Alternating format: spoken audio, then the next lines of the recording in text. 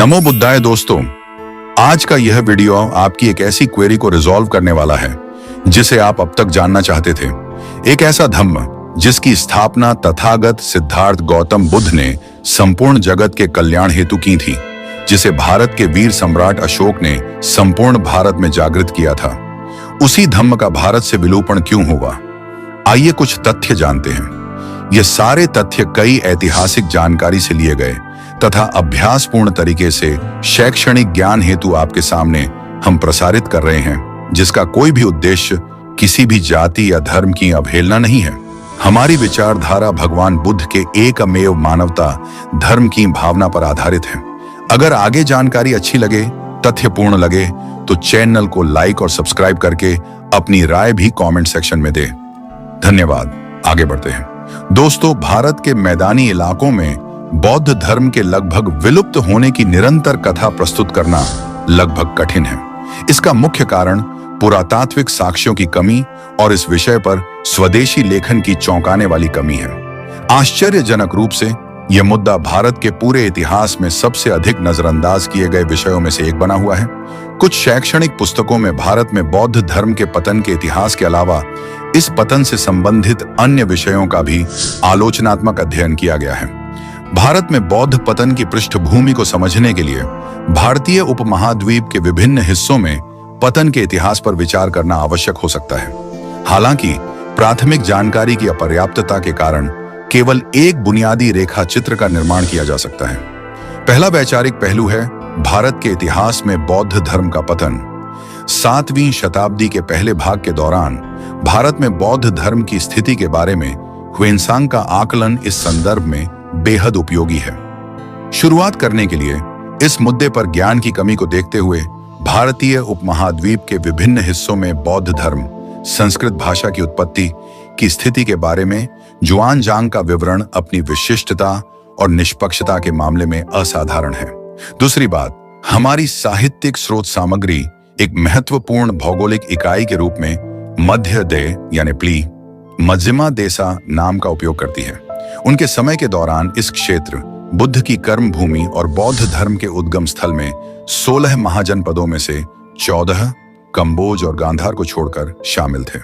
इस संदर्भ में हम इसका उपयोग लगभग वर्तमान राज्यों बिहार, झारखंड, उत्तर प्रदेश, पूर्वी हरियाणा, उत्तरी मध्य प्रदेश, उत्तरी छत्तीसगढ़, उत्तर पूर्वी राजस्थान और नेपाल के तराई क्षेत्र का प्रतिनिधित्व करने के लिए करेंगे। तथ्य अनुसार 4वीं शताब्दी ईसा पूर्व की शुरुआत के दौरान जब उड़ीसा और बंगाल में शहरीकरण कम हो गया था, कम से कम कुछ बौद्ध मठों को वित्तीय सहायता खोनी शुरू हो गई होगी। जब जुआनजांग ने उआ उड़ीसा का दौरा किया तो उन्होंने 50 देव मंदिरों और 10,000 से अधिक भिक्षुओं के साथ 100 से अधिक विहार देखे। उआ के आसपास एक और राज्य कलिंग, गंजम, उड़ीसा का दक्षिण पश्चिम था, जिसमें 10 से अधिक विहार और 500 से अधिक भिक्षु और 100 देव मंदिर थे। और एक तथ्य ये बताता है कि इस्लामी और बौद्ध साहित्यिक स्रोतों के साथ साथ पुरातात्विक साक्ष्यों के विश्लेषण के अनुसार सिंध में बौद्ध धर्म मुख्य रूप से निचले सिंध तक ही सीमित था, जिसका मुख्य केंद्र केंद्रीय सिंधु डेल्टा, सिंधु के पश्चिमी तट, यह क्षेत्र उस समय बुद्धयाह के नाम से जाना जाता था। अरब विजय और एक लंबी बेल्ट सिंधु के पूर्वी तट के साथ साथ दक्षिण पूर्व में मीरपुर खास से लेकर स्लोवाकिया की राजधानी रोरुका के ठीक दक्षिण में सिरार तक फैली हुई है। कुल 450 बौद्ध विहारों में से 350 हुएना स्कूल के सम्मातिया संप्रदाय के थे, जिनमें इन बौद्धों की भारी संख्या थी। कुछ और तथ्य के अनुसार कुआं के बाद का युग तब प्रकट हुआ जब कश्मीर की घाटी में बौद्ध धर्म लुप्त होने लगा। मिहिराकुला CC 5,10,542 एक कट्टर बौद्ध विरोधी के बारे में माना जाता है कि उसने बौद्धों पर अत्याचार किया और उनसे कोई भी आधिकारिक समर्थन छीन लिया। फिर भी जैसा कि कल्हा की राजतर्गी में है, उनकी रणनीति के परिणाम स्वरूप कश्मीर में बौद्ध धर्म का विनाश नहीं हुआ और हमारे पास बौद्ध संस्थानों को दान देने वाले राजाओं और कुलीनों का लगभग निरंतर रिकॉर्ड है। हालांकि जब जुआनजांग भारत पहुंचे, सक्रियता के बढ़ने के कारण बौद्ध धर्म कश्मीर में अपने चरम पर पहुंच गया था। उदाहरण के लिए जुआनजांग ने कश्मीर के तोखरा क्षेत्र में वज्रयान बौद्ध धर्म की गिरावट पर दुख व्यक्त करते हुए बताया कि कश्मीर के इस क्षेत्र में बौद्ध धर्म खराब स्थिति में है।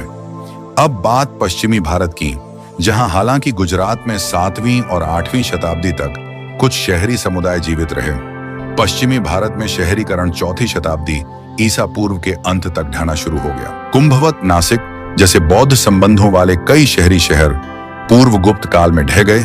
माहिमत, महेश्वर गुप्त काल के दौरान, और उज्जैन, जेत उत्तरा, नागरी, बनवासी और भरूकाचा, बारुच गुप्त काल के दौरान नष्ट हो गए।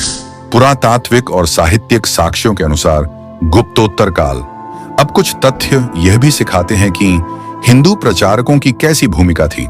हर्षवर्धन ने ब्राह्मणों को कनौज की धार्मिक परिषद से बाहर कर दिया। कुमारिला भट्ट के नेतृत्व में ये ब्राह्मण दक्कन में भाग गए।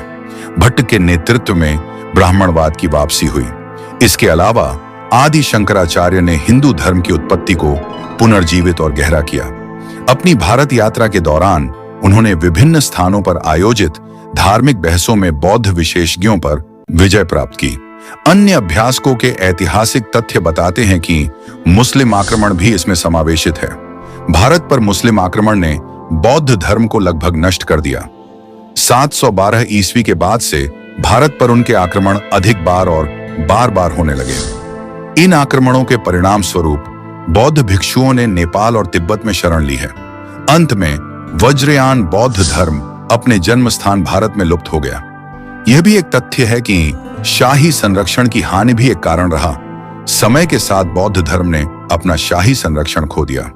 अशोक, कनिष्क और हर्षवर्धन के बाद किसी भी उल्लेखनीय राजा ने बौद्ध धर्म का समर्थन करने के लिए कदम नहीं उठाया। किसी भी आस्था की वृद्धि को शाही प्रायोजन से जादुई सहायता मिलती है। अंततः बौद्ध धर्म के लिए ऐसे प्रायोजन की कमी ने इसके अंत का मार्ग प्रशस्त कर दिया।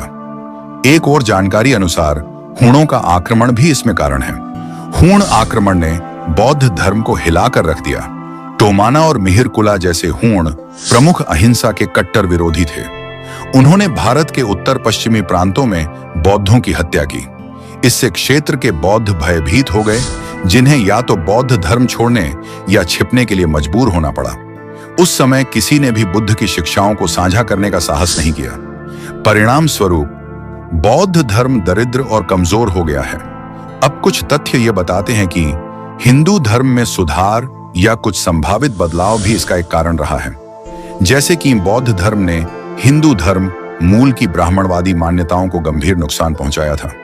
हिंदू धर्म, जो विलुप्त होने के कगार पर था, ने खुद को पुनर्गठित करना शुरू कर दिया। हिंदू धर्म की उत्पत्ति को वर्तमान में अनुष्ठानों और अनुष्ठानों की जटिल प्रणाली को त्याग कर सरल और अधिक आकर्षक बनाया जा रहा है। अंततः हिंदुओं ने बुद्ध को हिंदू धर्म के मूल अवतार और अहिंसा के आदर्श के रूप में अपनाया। इससे हिंदू धर्म की उत्पत्ति के पुनरुद्धार और इसकी लोकप्रियता में पुनरुत्थान में सहायता मिली। इससे बौद्ध धर्म के पुष्प की सुगंध छिन गई। बौद्ध धर्म का पतन अपरिहार्य हो गया।